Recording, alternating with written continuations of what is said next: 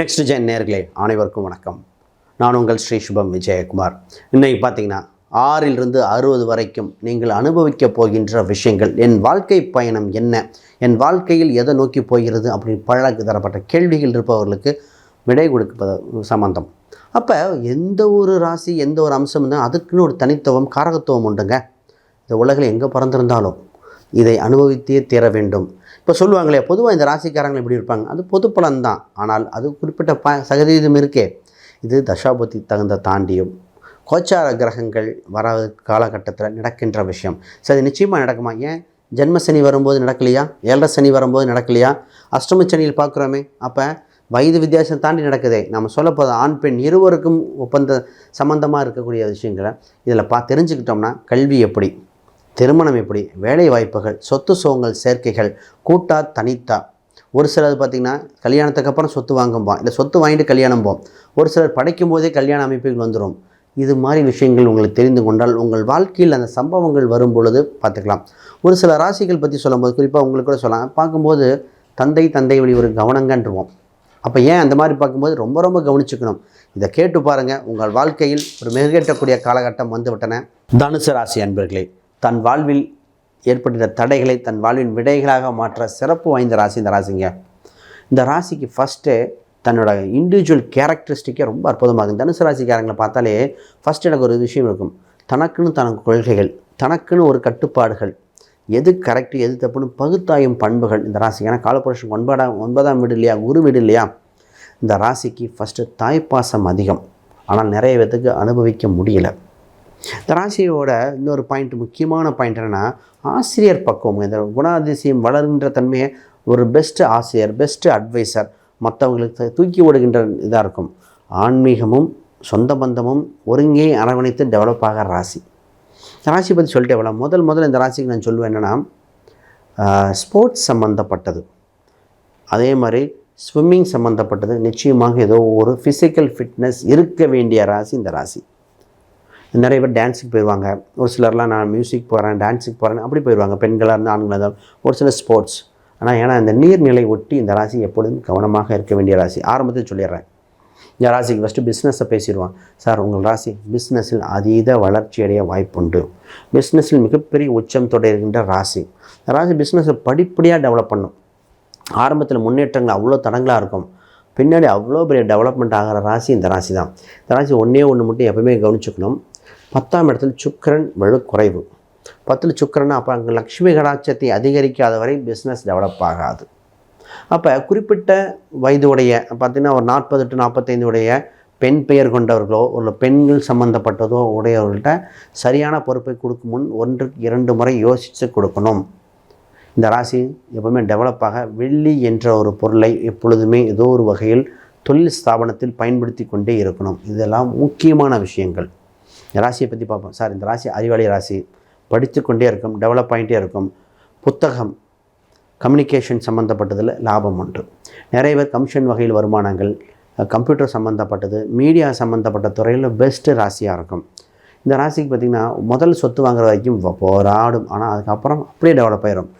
தான் வாங்கின சொத்து சம்மந்தப்பட்ட அவ்வளோ பெரிய டெவலப் ஆகிற ராசி இந்த ராசி. குழந்தை விஷயத்தில் கவனித்து இருக்க வேண்டிய ராசி இந்த ராசி. இது கொஞ்சம் வருத்தம் தான். ஏன்னா நிறைய பேர் பார்த்தீங்கன்னா மிஸ்கரேஜ் ஆச்சும்பாங்க, தான் வளர்த்துற குழந்தை வேறு பக்கம் வளர்ந்ததும்பாங்க, தத்து கொடுத்தோன்னு சொல்லுவாங்க. ஒரு சில இது பார்த்திங்கன்னா கொஞ்சம் என் குழந்தை என் பேச்சை கேட்கல, ஒரு புத்திர தோஷம்னு சொல்லுவோம். ஏன்னா குரு வீடு தான் இந்த ஒரு விஷயத்தில் இந்த ராசி எப்போதுமே இருக்கும். சரி, குழந்தையை பற்றி சொன்னோமா, திருமணத்தை பற்றி பார்ப்போம். திருமணத்துக்கு பின் இந்த வாழ்க்கையில் லைஃப் டேர்னிங் பாயிண்ட்டே மேரேஜ் தான்.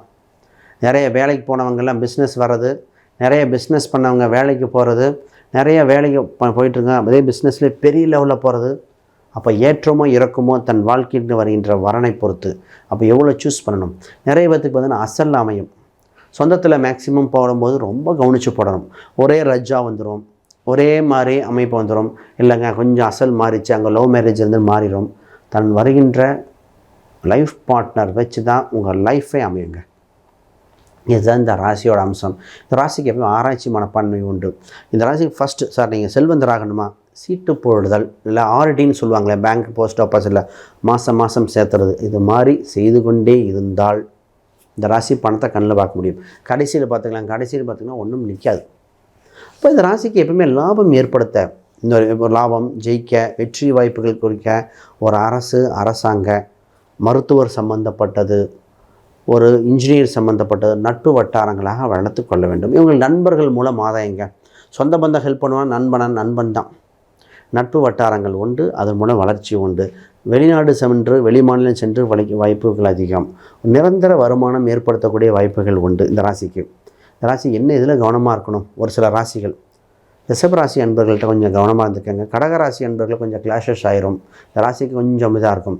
பொறுமையாக தன்மையாக இருந்தால் ஜெயித்து கொண்டே இருக்கும். கோவப்பட்டால் மட்டும் மாட்டிக்கணும். செக்லிஃப் சம்மந்தப்பட்டு பணம் சம்மந்தப்பட்டது கவனம் இந்த ராசிக்கு. அப்போ ராசி திருமணத்தை பற்றி சொன்னோம். பிஸ்னஸில் கூட்டு சம்மந்தப்பட்டு நிறைய பேர் ட்ரை பண்ணுவாங்க. நிறைய கூட்டுகள் போட்டு பண்ணலாம். ஆனால் மேடைகள், சங்கங்கள், சபைகளில் பார்த்து பேச வேண்டியது, பொறுப்புகள் வரும். வேணுமான்னு பார்த்து தான் டிசிஷன் எடுக்கணும். சொல்லிகிட்டே போலாங்க. வேறு கேள்விகள் செஞ்சீங்கன்னா கீழே கமெண்ட் பண்ணுங்கள். அனைவருக்கும் வணக்கம், வாழ்த்துக்கள். அன்பு நேயர்களே, இத்தனை நேரம் பார்த்திங்கன்னா உங்கள் 6லேருந்து 60 வரைக்கும் நடக்கின்ற சுவாரஸ்யமான விஷயங்கள் பார்த்தோம். இந்த வாழ்க்கையில் உங்களுக்கு சந்திக்கும் பொழுதே அதை கவனமாக கடைபிடித்து, முக்கியமான நேரத்தில் ஒரு நல்ல எக்ஸ்பர்ட்டாக இருக்கிற ஒரு ஃப்ரெண்ட்ஸோ, ஒரு நண்பர்களோ, இல்லை தெரிஞ்சவங்க டிஸ்கஷன் பண்ணி 2-3 பேர்த்து டிஸ்கஷன் பண்ணிவிட்டு முடிவெடுக்கணும். இல்லை ஒரு ஜோதிட ரீதியாக பார்த்து அதை முடிவெடுக்க வேண்டிய முக்கியமான அம்சம். இப்போ உங்களுக்கு ஜாதக ரீதியாக பார்க்கணும், ஸ்கிரீனத்தில் இந்த எண்களுக்கு தொடர்பு கொள்ளுங்க. ஜாதகம், பிரசனம், வாஸ்து, நியூமராலஜி இந்த மாதிரி பார்த்து உங்களுக்கு எது பர்ஃபெக்ட். இப்போ நான் சொன்னது பார்த்திங்கன்னா சந்திரன் அடிப்படையாக வைத்து, லக்ன ரீதியாக, மற்ற கிரகங்கள், தசாபுத்தி அடிப்படையில் வாழ்வில் அதிர்ஷ்ட எண் என்ன, குபேர சம்பத்து எப்படி வரும், தொழிலா வேலையா, திருமணம் எந்த திசையிலிருந்து வருகின்ற அமைப்பு, சார் வெளிநாடா உள்நாடா, கடனை வாங்கிட்டேன் தப்பிச்சு வந்துடுவானா, அதிர்ஷ்ட மந்திரங்கள் என்ன, அதிர்ஷ்ட உலோகத்தை எதை பயன்படுத்துறது, இது இப்போ வீட்டுக்கு அருகில் இருக்கிறவங்க சஸ்பென்ஸ் சீக்கிரம் சொல்லலாமா, இந்த மாதிரி பல விஷயங்கள் தெரிஞ்சுக்கலாம். பொதுவாக எண்ணும் எழுத்தும் கண்ணென தகும்பாங்க. அப்போ ஜோதிடத்தில் குறிப்பிட்ட எண்ணை பயன்படுத்தி வென்றவர்கள் உண்டு. எழுத்துனா மந்திரத்தை சொல்லலாம், குறிப்பிட்ட மந்திரத்தை பயன்படுத்தி ஜெயித்தவங்க உண்டு. இப்போ உங்களுக்கு உண்டான எழுத்து உண்டு. எப்போவுமே இந்த சொல்லும் பொழுது உங்கள் ராசியை வழிபடுத்தி கொண்டே இருங்கள். உங்கள் நட்சத்திரத்திலிருந்து ஒரு சில நட்சத்திரத்தை எண்ணிக்கொண்டு அதை வழிபடுத்தி கொண்டே இருந்தால் ஜெயித்து கொண்டே இருக்கிற ராசியாக இருக்கும். ஆக மொத்தம் சிறப்பான விஷயங்கள் பலது இருக்குது. வேறு கேள்வி சந்தேகம்னா கமெண்ட் பண்ணுங்கள். அனைவருக்கும் வணக்கம், வாழ்த்துக்கள்.